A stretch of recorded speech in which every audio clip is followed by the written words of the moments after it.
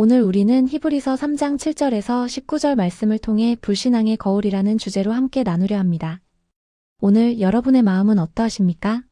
이 시간 우리 각자의 마음을 성찰하며 하나님의 음성에 귀 기울이는 시간이 되기를 바랍니다. 오늘 우리가 읽는 이 말씀은 단순한 과거의 기록이 아닙니다. 누가 우리에게 이 말씀을 하고 계실까요?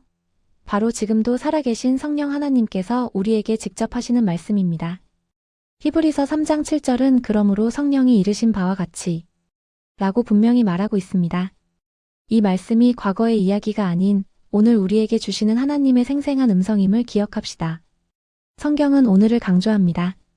오늘은 단순한 하루가 아니라 하나님께서 우리에게 주신 귀한 기회의 시간이며 우리가 순종해야 할 결정적인 시점입니다. 내일로 미루는 것이 아니라 지금 당장 하나님의 말씀에 반응해야 합니다. 오늘 너희가 그의 음성을 듣거든. 이 구절처럼 반응해야 할 유일한 시간은 바로 오늘입니다. 오늘 우리가 주목할 영적 질병은 바로 완고함입니다. 히브리어로는 무리바, 헬라어로는 스크렐리노라고 하는데 이는 마치 피부에 굳은 살이 박혀 감각을 잃는 것과 같습니다. 하나님의 말씀이 들려도 아무런 감동이나 반응이 없는 말 그대로 영적 마비 상태를 의미합니다. 우리 안에 이런 완고함이 있는지 돌아보아야 합니다. 이스라엘 백성은 광야 40년 동안 하나님의 놀라운 기적들을 직접 경험했습니다. 하지만 마사와 무리바의 역설은 우리에게 중요한 교훈을 줍니다. 그들은 40년 동안 하나님의 행사를 지켜보았음에도 불구하고 하나님을 시험하고 원망했습니다. 이 사실은 기적을 직접 보는 것이 곧 믿음으로 이어진다는 보장이 아님을 분명히 보여줍니다. 진정한 믿음은 눈으로 보는 것을 넘어선 곳에 있습니다.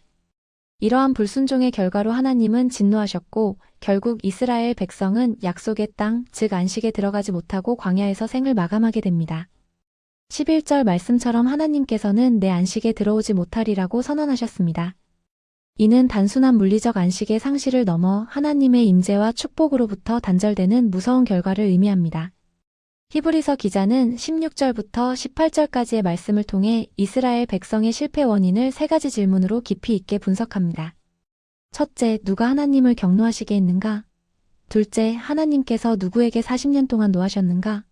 그리고 셋째, 하나님께서 누구에게 안식에 들어오지 못하리라고 맹세하셨는가? 이 질문들을 통해 우리의 영적 상태를 점검해 봅시다. 첫 번째 질문, 누가 하나님을 경노하시게 했는가? 그들은 바로 모세를 따라 애굽에서 나온 모든 사람이었습니다. 놀랍게도 이들은 하나님의 놀라운 구원을 직접 경험한 사람들이었습니다. 여기서 우리는 중요한 통찰을 얻습니다. 과거의 구원 경험이 우리의 미래의 안전을 자동적으로 보장하지 않는다는 것입니다. 지금 이 순간 우리의 믿음이 중요합니다. 두 번째 질문입니다. 하나님께서 누구에게 40년 동안 노하셨는가? 그들은 바로 범죄하여 광야의 시체가 엎드러진 자들이었습니다. 이는 죄가 우리에게 어떤 결과를 가져다 주는지를 분명히 보여줍니다. 죄는 우리를 약속의 땅이 아닌 죽음의 장소에 머물게 합니다. 죄의 심각성을 결코 가볍게 여겨서는 안 될 것입니다. 세 번째 질문, 하나님께서 누구에게 안식에 들어오지 못하리라고 맹세하셨는가? 바로 순종하지 아니하던 자들이었습니다. 이는 듣고도 행하지 않는 것이 이스라엘 백성의 결정적인 실패의 이유였음을 보여줍니다. 하나님의 말씀을 듣는 것에서 멈추지 않고 그 말씀에 순종하는 것이 얼마나 중요한지 깨달아야 합니다. 이 모든 실패의 본질은 무엇일까요? 히브리서 기자는 19절에서 이로 보건대 그들이 믿지 아니함으로 능히 들어가지 못한 것이라고 결론짓습니다. 다시 말해 불순종의 근본적인 원인은 바로 불신앙이었다는 것입니다. 행위의 실패 이전에 마음의 믿음이 없었기 때문입니다. 불신앙은 순종을 불가능하게 만드는 가장 근본적인 원인임을 명심해야 합니다. 그렇다면 이스라엘의 실패를 통해 우리는 무엇을 배워야 할까요? 첫 번째 처방은 바로 악한 마음을 경계하라는 것입니다. 12절 말씀처럼 형제들아 너희는 삼가 혹 너희 중에 누가 믿지 아니하는 악한 마음을 품고 살아계신 하나님에게서 떨어질까 조심할 것이요. 우리는 항상 마음을 지켜야 합니다. 믿음은 단 한 번의 고백으로 끝나는 것이 아닙니다.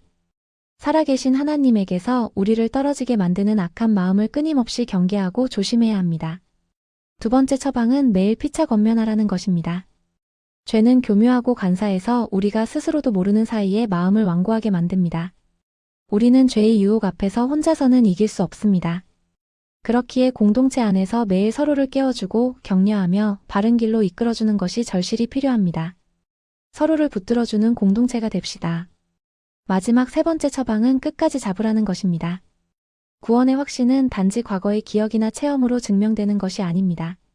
현재 우리가 얼마나 인내하며 믿음을 지켜나가는가로 증명됩니다. 우리가 처음 시작할 때 가졌던 그 확신을 흔들림 없이 끝까지 견고히 잡고 나아가야 합니다. 인내하며 믿음의 경주를 완주합시다. 사랑하는 여러분, 오늘 당신의 선택은 무엇입니까? 이 말씀을 통해 우리는 세 가지 중요한 결단을 내릴 수 있습니다. 첫째, 완고함을 버리십시오. 둘째, 공동체 안에서 서로를 권면하며 붙들어 주십시오. 셋째, 오직 믿음으로 하나님의 참된 안식에 들어가십시오. 다시 한번 기억합시다. 오늘 너희가 그의 음성을 듣거든. 지금 결단하시기 바랍니다.